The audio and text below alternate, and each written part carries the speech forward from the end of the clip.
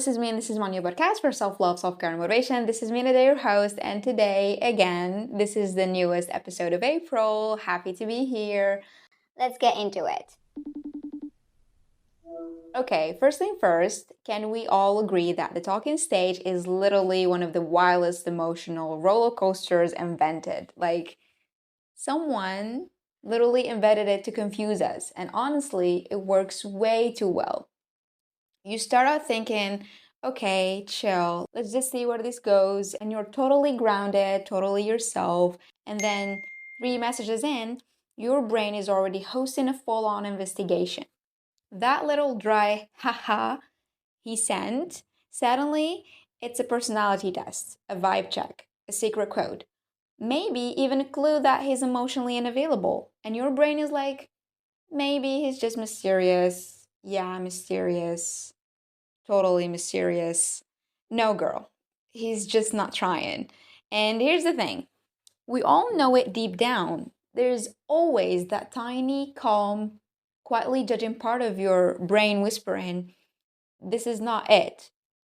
But you're like, shh, maybe give it time. Maybe he's just busy. Maybe he'll text back in exactly like 20 minutes. And that's fine. That's how the talking stage does its magic. Slowly, quietly, whatever, until suddenly you're calculating your own texting habits like it's some Fortune 500 strategy. You're like, okay, I replied fast last time, let me wait now. Yes, 2 hours, not a minute more. Girl, who are we? And don't even get me started on the classic, I'm bad at texting. Oh, honey, no, stop. You were texting just fine when it served you. Now, suddenly you're like, he's a mysterious poet of silence. That's not personality, that's effort. And when effort drops, guess who starts reshaping herself to match it? Yes, it's you. And the disappearing act. Oh, girl. This is subtle genius, not full on ghosting. No, that's too obvious. I mean, casual inconsistency. He's there, then gone for hours, maybe a full day, then pops back up with, hey, sorry, I was just busy. And you're like, it's fine. No, girl, it's not fine. It's literally not fine, but somehow we've normalized this. We actually celebrate it like we're out here praising basic communication. And then there's the we should hang out guy. Dangerous, so dangerous. He's got charm, he's got just enough attention to keep you hooked. But the hangouts never happen. We should, we will, one day, phrases designed to keep you waiting. You're basically in a relationship with plans that don't exist. And somehow you stay. Not because you're weak, but because hope is sneaky. Hope makes you focus on the good version of him in your head. The version where he's cute, funny, consistent, thoughtful, maybe even texting on time. You replay it like Netflix, ignore the rest, and suddenly it's a whole saga in your mind. Now let's talk mixed signals. Oh my god, we love them and hate them at the same time. And every single time we stay, because it's like solving a puzzle, and puzzles are fun until they mess with your brain for 3 weeks straight. But the truth is, if someone liked you clearly and consistently, you wouldn't feel this constant confusion. You wouldn't overanalyze every tiny text. You wouldn't shrink yourself to seem chill enough for someone who barely shows up. And yes, that shrinking is real. You start editing yourself, you hold back reactions, you measure how much you care. You're basically becoming a slightly edited version of yourself to keep the chaos manageable. And girl, since when is being yourself too much? Especially for someone who's basically on ghost mode half the time. Can we just talk about how small, good things suddenly become massive highlights? A thoughtful emoji, a semi interesting reply, a good morning at 9:02 a.m. instead of 9:01 a.m. Suddenly you're like, whoa, he really did something special today. And yes, I'm judging myself as I say this, but we've all done it. Because talking stages are basically emotional snacks, right? Tiny bites of attention that feel way more filling than they are, and your brain goes wild. Like it's Pavlov's dog, but with hope and emojis. Also, that little realization when you notice effort, girl, it's like a slap in the face early on. He was texting, initiating, engaging, present, then effort fades, and suddenly it's a personality thing. That's not personality, that's a red flag in disguise. Because when you see it clearly, clarity is, well, clarity ruins fantasy. And then we have the almost plans. You know, the ones we should go to this event or we'll hang out soon. Cute, right?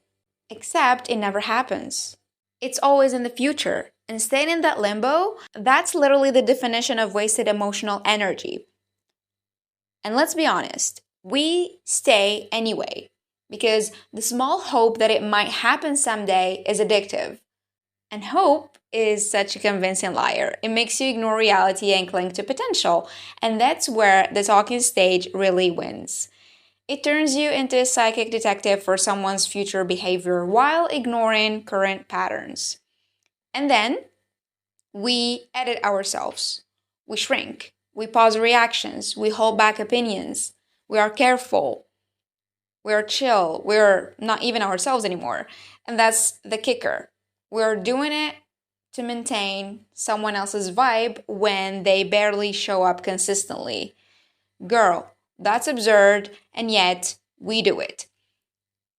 Here's the fun part. You finally see the patterns, you finally hear the quiet voice in your head, you finally notice the inconsistency, the disappearing, the small effort, and you realize this isn't nearly enough. And yet, you stayed. Not because you're naive, not because you're weak, but because hope whispered in your ear that it could be different, that it could be better, that he's worth it. And hope is loud. It's convincing. It makes you invest before anyone deserves it. But the reality, you're not missing someone. You're missing the version in your head. The fantasy, the almost there version. That's the person you were attached to, not the one texting K at 11:43 p.m. And recognizing that is freeing. I know I talked about this before in the previous episodes, but I just need to refresh your memory on this. So, what's the upgrade?